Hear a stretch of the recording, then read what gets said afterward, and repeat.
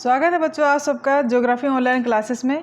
आज हम geography part 1 के चैप्टर 6 जिसका नाम है द्वितीयक क्रियाएं, इसके क्वेश्चन आंसर देखेंगे जो कि टोटल एनसीईआरटी बुक से ही है। और इन्हीं बुक से आपको जो क्वेश्चन आंसर दिए गए हैं बोर्ड में भी इन्हीं में से पूछे जाएंगे, तो आप बहुत ध्यान से इनको सॉल्व कीजिए और याद भी करना है आपको। पहला क्वेश्चन है, निम्नलिखित में से कौन सा कथन असत्य है। ये 4 ऑप्शन दिए गए हैं आपके सामने, इनमें से गलत कौन सा है इसको आपको देखना है। तो पहला है, हुगली नदी के सहारे जूट के कारखाने सस्ती जल यातायात सुविधा के कारण स्थापित किए गए हैं। ये पहला पॉइंट है। दूसरा है, चीनी सूती वस्त्र एवं वनस्पति तेल उद्योग स्वच्छंद उद्योग हैं। तीसरा, खनिज तेल एवं जल विद्युत शक्ति के विकास ने उद्योगों की अवस्थिति कारक के रूप में कोयला शक्ति को महत्व कम दिया है। और लास्ट में है जो ऑप्शन है वह है, पत्तन नगरों ने भारत में उद्योगों को आकर्षित किया है। ये 4 पॉइंट हैं और इनमें पूछा गया है कि असत्य कौन सा है, आपको गलत सेंटेंस कौन सा है वो छांटना है। तो गलत पहला के जैसा दिया गया, हुगली नदी कहाँ है, ये वेस्ट बंगाल में है और जाहिर सी बात है हुगली पश्चिम बंगाल में जूट के कारखाने हैं। जूट के कारखाने वहाँ पर क्यों है, क्योंकि हुगली नदी के जल यातायात की सुविधा है। तो ये है राइट आंसर। दूसरा है, चीनी सूती वस्त्र एवं वनस्पति तेल उद्योग स्वच्छंद है, ये है आपका असत्य। तो जो आपका असत्य कथन कौन सा हुआ, सेकंड, ये है क्वेश्चन का आंसर। क्योंकि पहला राइट है, आपको राइट नहीं छांटना है, जो रॉन्ग ऑप्शन है उसी को छांटना है, ठीक है। तीसरा भी आपका ये राइट आंसर है बिल्कुल, और चौथा भी सही है। तो गलत कथन कौन सा है, वह है ख पॉइंट, चीनी सूती वस्त्र वनस्पति तेल उद्योग स्वच्छंद है। तो यह स्वच्छंद उद्योग नहीं है, ये एक दूसरे पर निर्भर उद्योग हैं। तो ये कथन आपका असत्य है, ऑप्शन नंबर ख, ये है आंसर का उत्तर। इसके बाद क्वेश्चन 2 है, निम्न में कौन सी एक अर्थव्यवस्था में उत्पादन का स्वामित्व व्यक्तिगत होता है।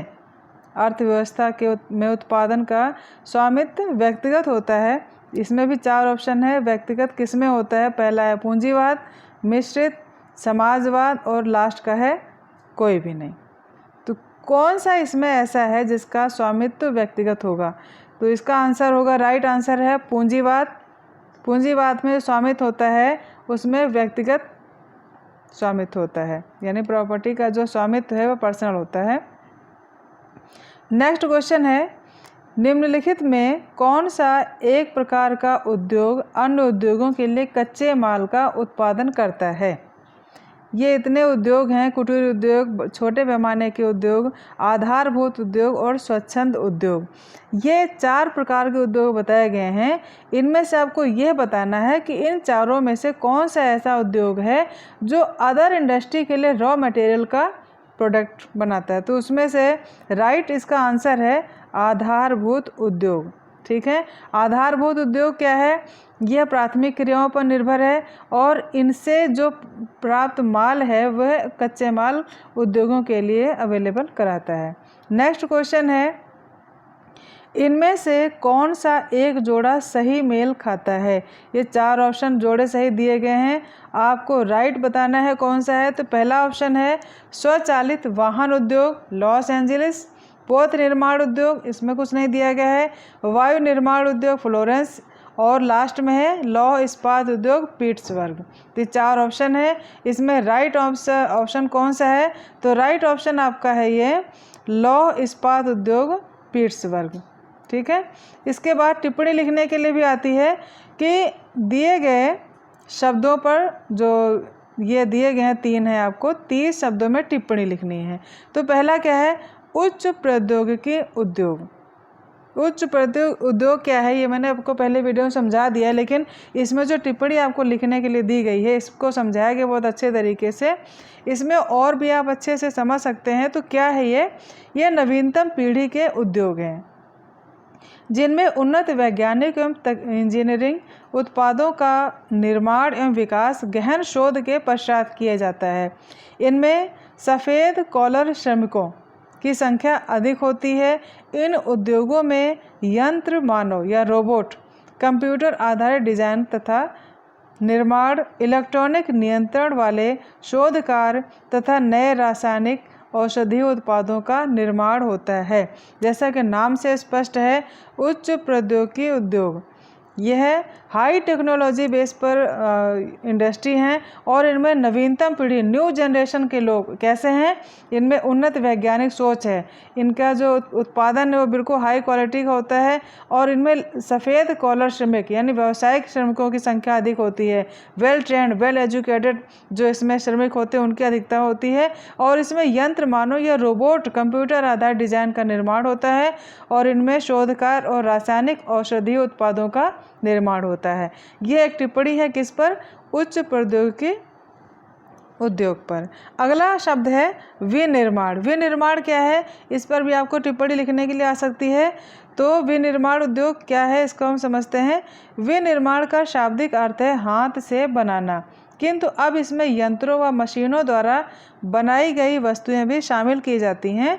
अतः विनिर्माण जैविक व अजैविक पदार्थों का एक नए उत्पादन के रूप में यांत्रिक एवं रासायनिक परिवर्तन है, चाहे ये वस्तुएं किसी कारखाने अथवा कामगार के घर पे निर्मित हो। विनिर्माण का देखिए मतलब क्या है, हाथ से बनाना। अब ये हाथ से बनाना या तो कारखाने में या घर पे, दोनों प्रकार से हो सकता है।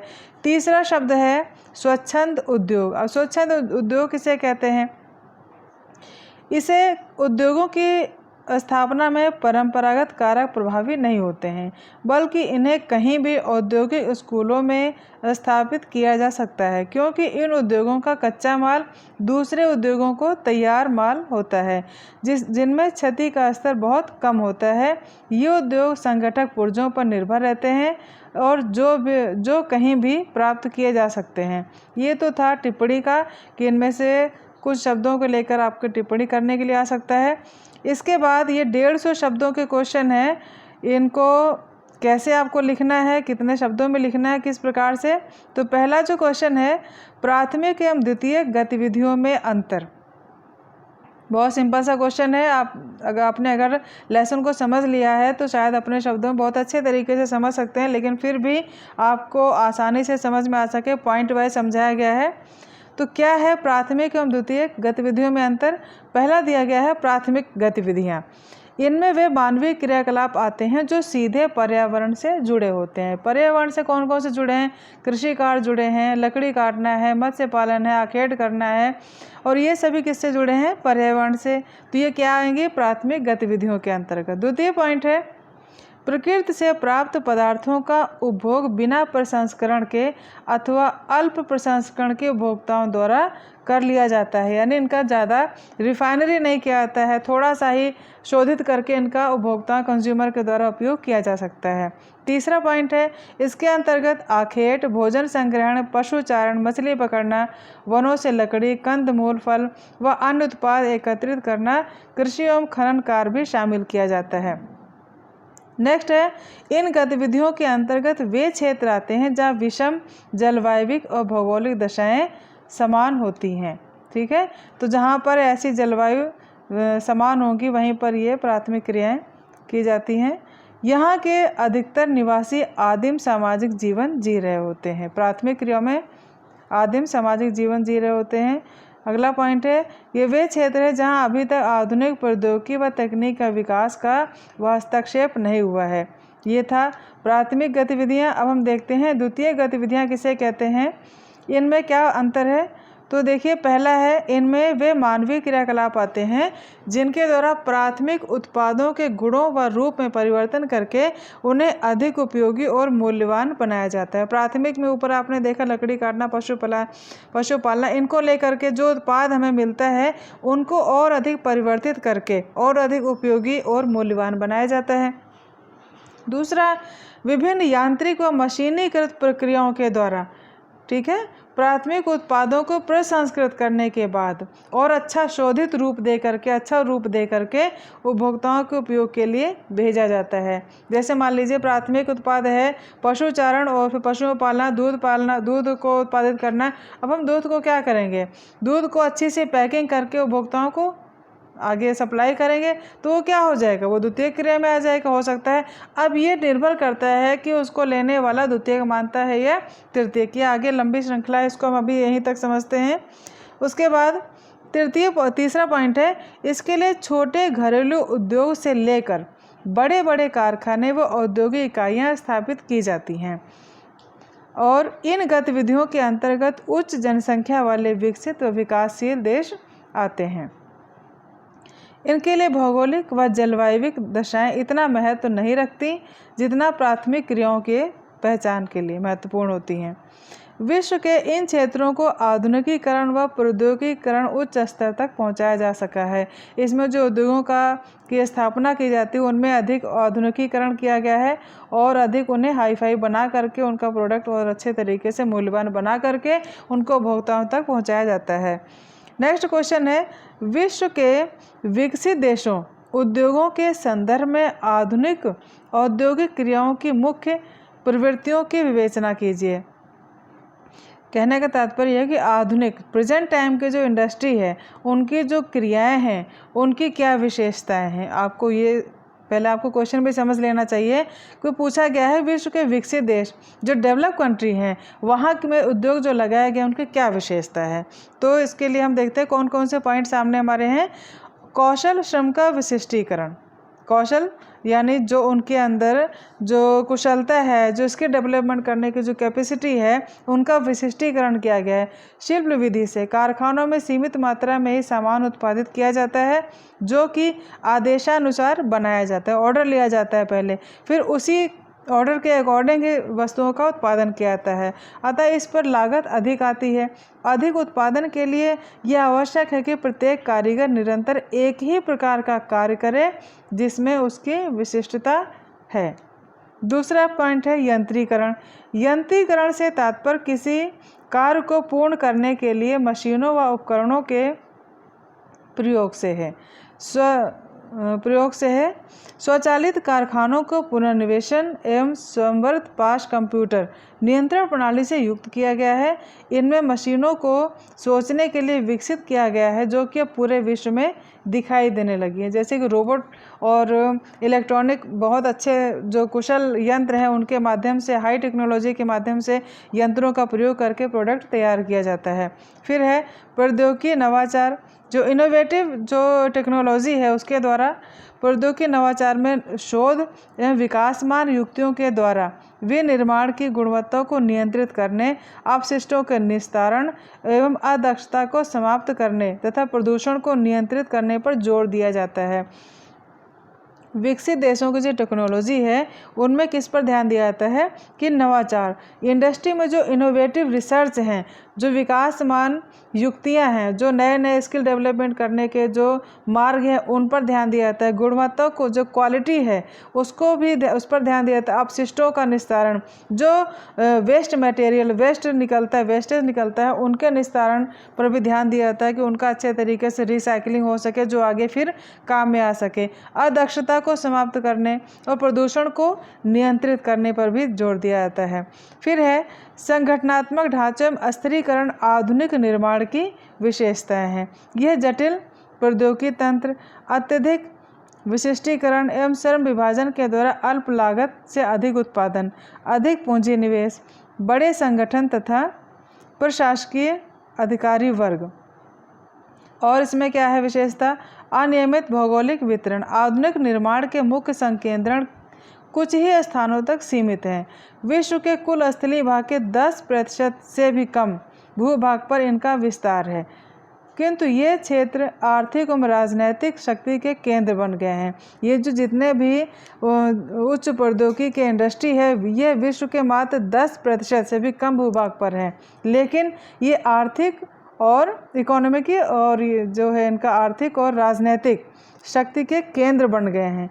जहां पर वृहद कारखाने स्थापित किए गए हैं वह हजारों श्रमिकों को रोजगार दिया जा सकता है, साथ ही मनुष्यों को भरण पोषण संभव है। तो ये थे उच्च प्रौद्योगिकी उद्योग के विशेषताएं। अगला है क्वेश्चन, अधिकतर देशों में उच्च प्रौद्योगिकी उद्योग प्रमुख महानगरों के परिधि क्षेत्रों में ही क्यों विकसित हो रहे हैं, व्याख्या कीजिए। ठीक है, तो इसका आंसर क्या है, विश्व अर्थव्यवस्था में निर्माण उद्योगों का बहुत बड़ा योगदान है। अर्थव्यवस्था किससे चलती है, उद्योगों से। ठीक है, तो उद्योग बहुत बड़ी चीज़ है, इसके लिए रॉ मटेरियल आपने बहुत ऊपर देख रखा है कौन कौन से कहाँ से इनको सप्लाई होता है। तो ये जो है किसी भी देश की अर्थव्यवस्था को विकसित करने के लिए बहुत बड़े साधन हैं। लौह इस्पात, वस्त्र, मोटर गाड़ी निर्माण, पेट्रो रसायन, इलेक्ट्रॉनिक्स विश्व के प्रमुख निर्माण उद्योग हैं। किंतु उच्च प्रौद्योगिकी उद्योग नवीनतम पीढ़ी के उद्योगों का प्रतिनिधित्व करते हैं। इनमें उन्नत वैज्ञानिक एवं इंजीनियरिंग उत्पादों का निर्माण गहन शोध विकास पर आधारित प्रयोगों पर खरा उतरने के बाद किया जाता है। इसमें संलग्न संपूर्ण श्रमिक शक्ति का अधिकतर भाग व्यावसायिक या सफ़ेद कॉलर श्रमिकों का होता है। ये उच्च दक्षता प्राप्त विशिष्ट श्रमिक और वास्तविक उत्पादक नीला कॉलर श्रमिकों से संख्या में अधिक होते हैं। उच्च प्रौद्योगिकी उद्योग ये यंत्र मानव, रोबोट, कंप्यूटर आधारित डिजाइन, कैड तथा निर्माण, धातु पिघलाने एवं शोधन के इलेक्ट्रॉनिक नियंत्रण एवं नए रासायनिक व औद्योगिक औषधीय उत्पाद प्रमुख स्थान रखते हैं। इस भूदृश्य में विशाल भवनों, कारखानों एवं भंडार क्षेत्रों के स्थान पर आधुनिक नीचे साफ सुथरे बिखरे कार्यालय एवं प्रयोगशाला देखने को मिलती हैं। वर्तमान में जो भी प्रादेशिक एवं स्थानीय विकास की योजनाएं बन रही हैं उनमें नियोजित व्यवसाय पार्क का निर्माण किया जा रहा है। उच्च प्रौद्योगिकी उद्योग में निर्मित अधिकांश उत्पादों की मांग महानगरों में अधिक है। साथ ही प्रौद्योगिकी व कुशल श्रमिक भी महानगरों में उपलब्ध हैं। अतः विश्व के अधिकांश देशों में उच्च प्रौद्योगिकी उद्योग प्रमुख महानगरों के परिधि क्षेत्र में ही विकसित हुए हैं। जो हाई टेक्नोलॉजी बेस्ड जो इंडस्ट्री है वे कहाँ पर है, महानगरों में, मेट्रोपॉलिटन सिटी में है, क्योंकि वहाँ पर सभी प्रकार की विकसित तकनीक और विकसित जो प्रौद्योगिकी वहीं पर अवेलेबल है। वेल ट्रेंड वेल एजुकेटेड श्रमिक भी उनको वहीं मिलते हैं, इसीलिए यह महानगरों में ही के आसपास ही इनका विकास किया जाता है। अगला क्वेश्चन है, अफ्रीका में अपरिमित प्राकृतिक संसाधन है फिर भी औद्योगिक दृष्टि से पिछड़ा हुआ महाद्वीप है। क्वेश्चन समझिए, कह रहे हैं अफ्रीका में प्राकृतिक संसाधन बहुत हैं फिर भी यहाँ जो इंडस्ट्री है इसके दृष्टि से ये एक पिछड़ा महाद्वीप है। अफ्रीका को हम डार्क कॉन्टिनेंट भी कहते हैं, अंध महाद्वीप भी कहते हैं, लेकिन क्वेश्चन के आधार पर हमें जो आंसर देना है उस पर ध्यान देना है। तो इसका आंसर क्या है, देखिए, अफ्रीका महाद्वीप प्राकृतिक संसाधनों से संपन्न महाद्वीप है। इस महाद्वीप का मध्य भाग उष्णकटिबंधीय वर्षा वनों से आच्छादित है।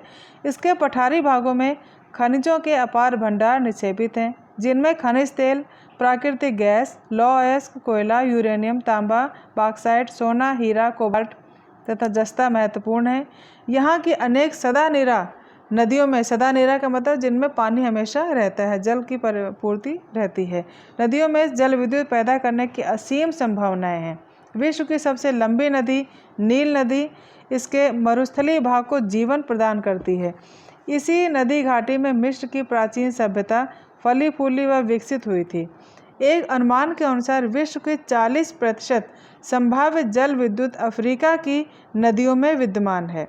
इतना सब कुछ होने के बावजूद भी अफ्रीका महाद्वीप औद्योगिक दृष्टि से पिछड़ा महाद्वीप है, क्योंकि इसके अधिकांश भूभाग यूरोपीय साम्राज्यवादी शक्तियों के अधीन उनके उपनिवेश रहे हैं।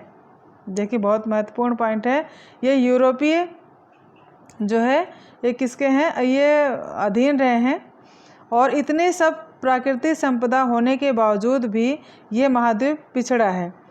और इस साम्राज्यवादी शक्तियों ने यहाँ उपलब्ध प्राकृतिक संसाधनों का दोहन अपने देशों का विकास करने के लिए किया था। अपने अधीन उपनिवेशों की अर्थव्यवस्था सुधारने में उनकी कोई दिलचस्पी नहीं थी। परिणामतः यूरोप वासियों के संपर्क में रहने के बावजूद भी इस महाद्वीप के देशों की अर्थव्यवस्था पिछड़ी रही है, क्योंकि यहाँ आधारभूत उद्योगों व प्रौद्योगिकी को अभी तक विकास नहीं हो पाया है, जिनके द्वारा ये देश अपने संसाधनों का उपयोग अपने विकास के लिए कर सकें। अतः संसाधनों की बहुलता होते हुए यह महाद्वीप औद्योगिक दृष्टि से आज भी पिछड़ा हुआ है। तो आपने इसका आंसर, मुझे लगता है आपको बहुत अच्छे तरीके समझ में आ गया होगा, क्योंकि देखिए यहाँ पर प्राकृतिक संसाधन बहुत है, लेकिन उन तक पहुँच लोगों की नहीं है, क्योंकि टेक्नोलॉजी का अभाव है और कुशल श्रमिक नहीं है। इसके वजह से यहाँ पर प्राकृतिक संसाधनों का अच्छे तरीके से उपयोग नहीं हो सका, अभी भी दूसरों पर डिपेंड है। और इसका कारण क्या है? उपनिवेशिक काल से ही है, इनका उपयोग अच्छे तरीके से नहीं हो सका है। तो ये थे चैप्टर नंबर 6 का क्वेश्चन आंसर। आपको समझ में आ गया होगा, और नहीं आया फिर भी आप कई बार इसको देखिए। और वीडियो अगर आपको अच्छा लगे तो आप लाइक करें, शेयर करें, और फिर आगे भी इसी से संबंधित आपको नए नए वीडियो आपके सामने स्टडी मटेरियल के रूप में आते रहेंगे। तो आगे ध्यान रखें बच्चों अपना। Take care. Thank you.